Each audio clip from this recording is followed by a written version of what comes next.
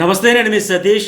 ఒకే గ్రామంలో 8 మంది కేవలం 3 నెలల్లోనే అనుమానాస్పదంగా ప్రాణాలు కోల్పోయారు. 2026 ఫిబ్రవరి 6 నుంచి మే 14 మధ్యలో ఈ మరణాలన్నీ సంభవించాయి. ఈ ఆకస్మిక చావుల వెనుక ఉన్న కారణాలు బయటకు రావడంతో ఈ కేసు ఇప్పుడు దేశంలోనే సంచలనంగా మారింది. ఈ మరణాల వెనుక ఉన్న సీరియల్ కిల్లర్ను ఆపకపోతే గ్రామంలో ఉండే ఏ ఒక్కరిని బతకనప్పుడు ఒక్కొక్కరిని వేసుకుంటూ పోతాడంటూ ఆ గ్రామస్తులైతే వణిక్కిపోతూ పోలీసులను ఆశ్రయించారు. ఇప్పుడు గ్రామస్తుల కంప్లైంట్తో ఎఫ్ఐఆర్ నమోదు చేసిన పోలీసులు కేసు దర్యాప్తు చేపట్టారు. ఇప్పటికే సమాధి చేసిన 7 మృతదేహాలను వెలికితీసి పోస్ట్ మార్టం కోసం పంపించారు. సంచలనం రేపుతున్న ఈ కేసులో ఇంతవరకు పోలీసులు ఏం తేల్చారో, అసలు ఏం జరిగిందో, వరుస హత్యలకు సీరియల్ కిల్లర్ చెప్పిన అసలు కారణాలేంటో చెబితే ఎవరైనా షాక్ అయిపోవలసిందే. ఇలాంటోళ్ళంతా మన మధ్యనే మనుషుల రూపంలో ఉంటున్నారా, మన మధ్యనే బతికేస్తున్నారా అనే మన వెన్నులో వణుకు రావడం ఖాయం.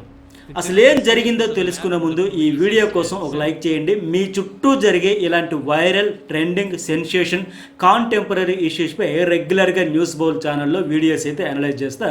సో ఛానల్ ఇంతవరకు సబ్స్క్రైబ్ చేసుకోకపోతే సబ్స్క్రైబ్ చేసుకోండి, అట్లాగే లైక్ చేయడం అయితే మర్చిపోకండి. ఓవరాల్గా ఏం జరిగిందో తెలుసుకున్నాక మీ అభిప్రాయం ఏంటి అనేది కూడా కామెంట్ అయితే పెట్టండి. అసలు ఏం జరిగిందంటే, ఛత్తీస్గఢ్లోని బలోడా బజార్ జిల్లా కర్వే గ్రామ ప్రజలు భయంతో వణికిపోతూ జూన్ 6వ తేదీన పోలీస్ స్టేషన్కు పరుగులు పెడుతూ వెళ్ళారు. స్టేషన్ లోపలికి వస్తూనే బచోవో సార్ కాపాడండి అంటూ ప్రాధేయపడ్డారు. తమ గ్రామంలో 3 నెలల్లోనే 8 మంది అనుమానాస్పదంగా చనిపోయారని, వాళ్ళందరినీ తమ గ్రామానికి చెందిన 46 ఏళ్ల రామ్ సహాయ్ జైస్వాల్ చంపేశాడని చెప్పారు. క్షుద్ర పూజలు చేస్తూ గుప్త నిధుల కోసమే ఈ దారుణానికి ఒడిగట్టాడని వాళ్ళైతే ఆరోపించారు. అది కూడా చంపిన వాళ్ళందరినీ ప్రేమతో పిలిచి తాగడానికి మందు మంచింగ్ ఇచ్చి మరీ లేపేస్తున్నాడంటూ వాళ్ళైతే ఆవేదన వ్యక్తం చేశారు. వాస్తవానికి వాడి టార్గెట్ 21 మంది అని, తమను కాపాడకపోతే మరో 13 మందిని చంపేస్తారని వణికిపోతూ వాళ్ళు చెప్పారు. వాడి లిస్టులో నెక్స్ట్ తమ పేర్లో ఉన్నాయంటూ భయపడిపోయారు, గజగజ వణికిపోయారు వాళ్ళంతా.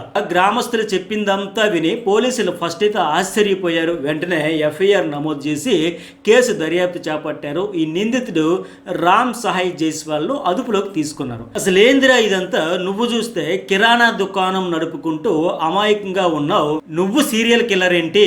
నీ పేరు తలుచుకుంటూనే మీ ఊరు వాళ్ళు గజగజ వణికిపోతున్నారు, నీ మీద చాలా ఫిర్యాదులు వచ్చాయి, అసలు ఏం జరిగిందో చెప్పు అంటూ చాలా మర్యాదగా అడిగారు. రామ్ సహాయ్ మాత్రం మొదట నిజంగానే తాను చాలా అమాయకుడినని, ఏ పాపం తెలియదని, గ్రామస్తులు తన మీద ఏదో అసూయతోనో ఏదో కంప్లైంట్ ఇచ్చారో, అంతకుమించి ఏమీ లేదంటూ చెప్పుకొచ్చాడు. బట్ వాడి పెర్ఫార్మెన్స్ చూశాక పోలీసులకు కూడా విషయం అర్థమైపోయింది. తమ స్టైల్లో ఇంట్రాగేషన్ స్టార్ట్ చేసేసరికి నోరు తెరిచాడు. వాడు చెప్పిన నిజాలు విన్నాక పోలీసులు కూడా వణికిపోయారు. వీడు సైకో కిల్లర్ అని కన్ఫర్మ్ అయితే చేసుకున్నారు. చనిపోయిన వాళ్ళలో బుద్రం జైస్వాల్ అనే ఒక వ్యక్తి మృతదేహాన్ని దహనం చేసేశారు. మిగిలిన 7 మృతదేహాలను సమాధుల్లో పెట్టి ఖననం చేశారు. ఈ మహానది సమీపంలో పూడ్చిపెట్టిన ఆ 7 మృతదేహాల్లో జూన్ 13వ తేదీన మహేత్రు సాహు అనే వ్యక్తి తాలూకు మృతదేహం అయితే వెలికి తీశారు. పోస్ట్ మార్టం కోసం పంపించారు. ఆ బాడీలో విష పదార్థాల ఆనవాళ్లు ఉన్నట్లు గుర్తించారు. అతడిది సహజ మరణం కాదని తేలిపోయింది. ఆ తర్వాత జూన్ 16వ తేదీన మిగిలిన మరో 6 మృతదేహాలు కూడా బయటకు తీశారు. పోస్ట్ మార్టం ఫోరెన్సిక్ ల్యాబ్ కోసం అయితే పంపించారు. ఈ మృతులు ఆఖరిసారి తాగిన మద్యంలో బొరాక్స్ అనే విష పదార్థం కలిపినట్లు ప్రాథమికంగా పోలీసులు అయితే గుర్తించారు. ఆ గ్రామంలో ఎక్కువ మంది కబీర్ బందీ సామాజిక వర్గానికి చెందిన వారు. ఆ సామాజిక వర్గంలో ఎవరైనా చనిపోతే వాళ్ళ మృతదేహాలను పూడ్చిపెట్టే సాంప్రదాయం ఉంది. అందువల్లే మృతదేహాలను పాతిపెట్టారు. దీంతో పోలీసులు ఇప్పుడు వాటిని వెలికి తీసి వాటికి పరీక్షలు నిర్వహించేందుకు అవకాశం దొరికింది. లేదంటే దహనం చేసేస్తే బూడిది కూడా ఉండేది కాదు, ఆధారాలు దొరికేవే కావు. ఈ నిందితుడు గ్రామంలోని ఒక వ్యక్తి నుంచి ఎలుకల్ని చంపేందుకు అని చెప్పి బొరాక్స్ అనే విష పదార్థాన్ని కొన్నాడని పోలీసుల దర్యాప్తులో తేలింది. అది పనిచేస్తుందో లేదో పరీక్షించడానికి మొదట ఒక కుక్కపై ఆ బొరాక్స్తో విష ప్రయోగం చేశాడు. ఆహారంలో కలిపి ఆ మూగజీవికి పెట్టి టెస్ట్ చేశాడు. అది తిని చనిపోవడంతో ఆ తర్వాత ఈ బొరాక్స్ తీసుకుపోయి ఆల్కహాల్లో కలిపి తను ఎవరెవరిని చంపేయాలి అని అనుకుంటున్నాడో వాళ్ళందరికీ ఇచ్చాడు అనే ఆరోపణలు అయితే వచ్చాయి. అయితే మొట్టమొదటి హత్య ఎలా జరిగిందంటే ఫిబ్రవరి 6వ తేదీన బద్రి అనే వ్యక్తి రామ్ సహాయ్ను తరచూ తిట్టేవాడని, మద్యం ఇవ్వాలని వేధించేవాడని, దీంతో పగ పెంచుకున్న నిందితుడు మద్యంలో బోరాక్స్ పొడి కలిపేసి అతనికి ప్రేమగా పిలిచి ఇచ్చాడు. అది తాగిన బద్రి వాంతులు చేసుకుంటూ కొద్దిసేపటికే మరణించాడు. అలా మొదటి హత్య చేసేసిన తర్వాత ఎవ్వరికీ అనుమానం రాకపోవడంతో ఈ నిందితుడికి ధైర్యం పెరిగింది. ఇదే పద్ధతిలో భూతాలు అనే మరో వ్యక్తిని కూడా విషం కలిపిన మద్యం ఇచ్చి చంపేశాడు. వరుసగా ఇంకా ఇదే పద్ధతిలో 8 మందిని హతమార్చాడు. ఈ కేసులో కామన్గా ఉన్న పాయింట్ ఏంటంటే మృతులంతా చివరిసారి కనిపించింది ఈ నిందితుడు రామ్ సహాయ్ జైస్వాల్తోనే అనేది అయితే గుర్తించారు. వాళ్ళందరూ అతడితో కలిసి మద్యం తాగాక చనిపోయారని ఫైనల్గా తేలింది పోలీసుల దర్యాప్తులో. అయితే 9వ వ్యక్తి ఎవరంటే కార్తీక్ అనే వ్యక్తికి కూడా మద్యంలో ఈ బోరాక్స్ కలిపి ఇచ్చాడు. బట్ అతడు తాగిన తర్వాత ఆరోగ్యం క్షీణించింది, వాంతులు చేసుకోవడంతో వెంటనే ఆసుపత్రికి తరలించారు. ఎందుకంటే గతంలో చనిపోయిన వాళ్ళు కూడా ఇట్లాగే వాంతులు చేసుకుంటూ ఆ తర్వాత కొద్దిసేపటిగా ప్రాణాలు కోల్పోవడంతో ఇతనికి అలాంటి ప్రమాదం ముంచుకొస్తుందని ఆయన కుటుంబీకులు, గ్రామస్తులు చాలా షార్ప్గా రియాక్ట్ అయ్యి వెంటనే దగ్గరలో ఉన్న ఆసుపత్రికి తీసుకెళ్లారు. అదృష్టవశాత్తు అతని ప్రాణాలు అయితే దక్కాయి. ఆయన బతికి బయటపడ్డాక చెప్పింది ఏంటంటే ఈ రామ్ సహాయ్ జైస్వాల్ ఇచ్చిన మద్యం తాగాను నేను, దానివల్ల ఇట్లా చావు బతుకుల మధ్య పోరాడి బతికి బయట కట్టాను అని గ్రామస్తులకి, పోలీసులకి వాంగ్మూలం అయితే అతను ఇచ్చాడు.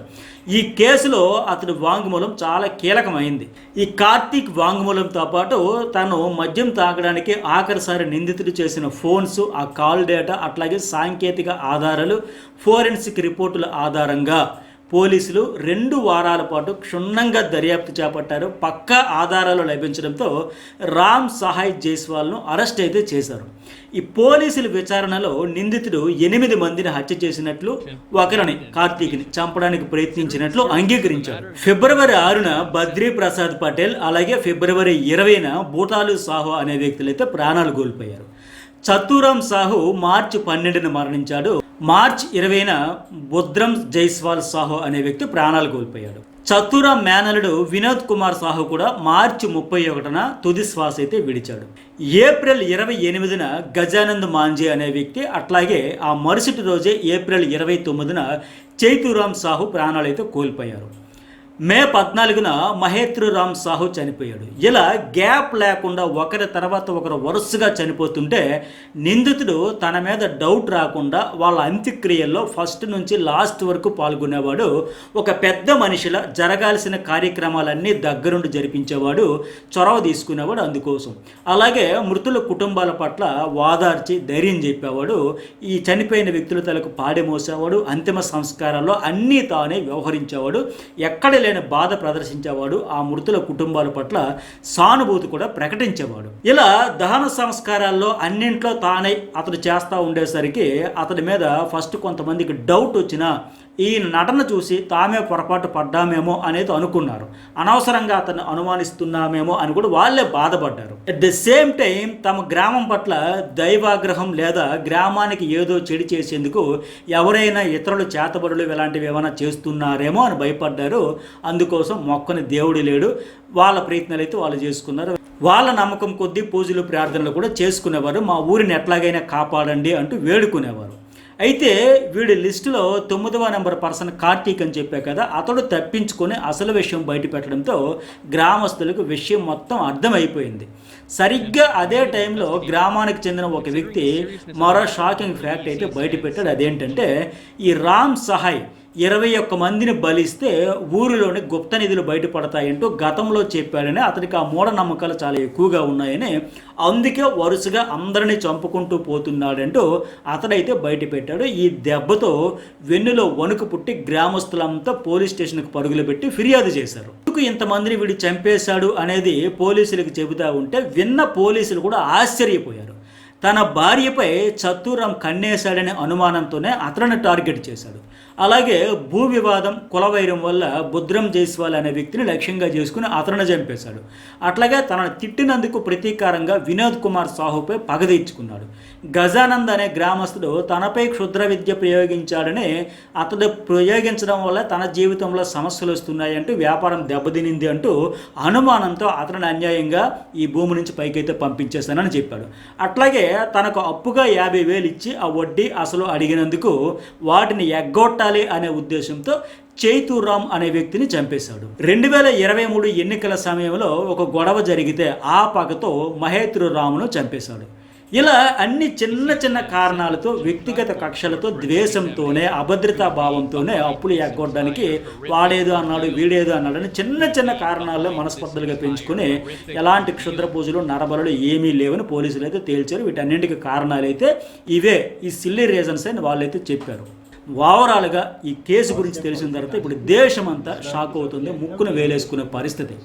ఇక్కడ మరో ఆసక్తికరమైన విషయం ఏంటంటే, ఎవరినైనా చంపేయాలంటే వెంటనే రామ్ సహాయ్ జైస్వాల్కి వాళ్ళ మీద ఎక్కడ లేని ప్రేమ పుట్టుకొస్తుంది. ఆ ప్రేమతోనే వాళ్ళను మందు పార్టీకి పిలిచి ఆ మందులో విషం కలిపి అంతే ప్రేమగా కబుర్లు చెబుతూ తాగించేవాడు, కులాసాగా కబుర్లు చెప్పేవాడు.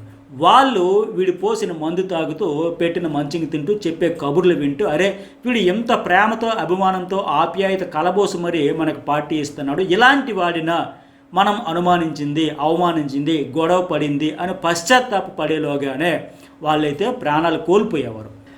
అయితే ఈ అందరి హత్యలకు తాడే కారణమని, మద్యంలో విషం కలిపి అందరిని చంపినట్లు నిందితుడైతే అంగీకరించాడని బరోడా బజార్ జిల్లా superintendent of police OP Sharma చెప్పారు. అయితే ఈ కేసులో తన తండ్రిని అక్రమంగా అరెస్ట్ చేశారని రామ్ సహాయ్ కుమారుడు రుద్రేశ్వర్ ఆరోపిస్తున్నాడు. తన తండ్రి అమాయకుడని, నిర్దోషని, కావాలని ఇరికించారని ఆయనైతే వాదిస్తూ ఉన్నాడు. కానీ పోలీసుల దర్యాప్తులో కొన్ని ఆధారాలు అయితే ఇప్పటికే దొరికాయి. ఇంకా ఈ రామ్ సహాయ్ కూడా నేరం అంగీకరించాడు. ఎలుకను చంపడానికి అని మందు అడగడంతో ఆ విషపూరిత పౌడర్ను రామ్ సహాయ్కి ఇచ్చిన వ్యక్తిని కూడా పోలీసులు అయితే అదుపులోకి తీసుకున్నారు. ఈ కేసు సమాజంలో తీవ్ర భయాందోళనలు సృష్టించిన నేపథ్యంలో విచారణను ఫాస్ట్ ట్రాక్ కోర్టుకు బదిలీ చేయాలని ప్రభుత్వం భావిస్తోంది. ఎలాంటి పశ్చాత్తాపం లేకుండా చిన్న చిన్న కారణాలకు ఎంతమందిని ఇంత దారుణంగా ఏకంగా 8 మందిని కడతీర్చినందుకు ఏమాత్రం పశ్చాత్తాపం కూడా లేనందుకు ఈ రామ్ సహాయ్కు మరణశిక్ష లేదా జీవితాంతం జైలు శిక్ష విధించే అవకాశాలు ఎక్కువగా ఉన్నాయి. మరి మీకేమనిపించింది? ఖచ్చితంగా దీనిపై ఒక కామెంట్ చేయండి. వీడియోకి ఎంతవరకు లైక్ చేయకపోతే లైక్ చేయండి. News bowl and journalist Satish channels అయితే సబ్స్క్రైబ్ చేసుకోండి.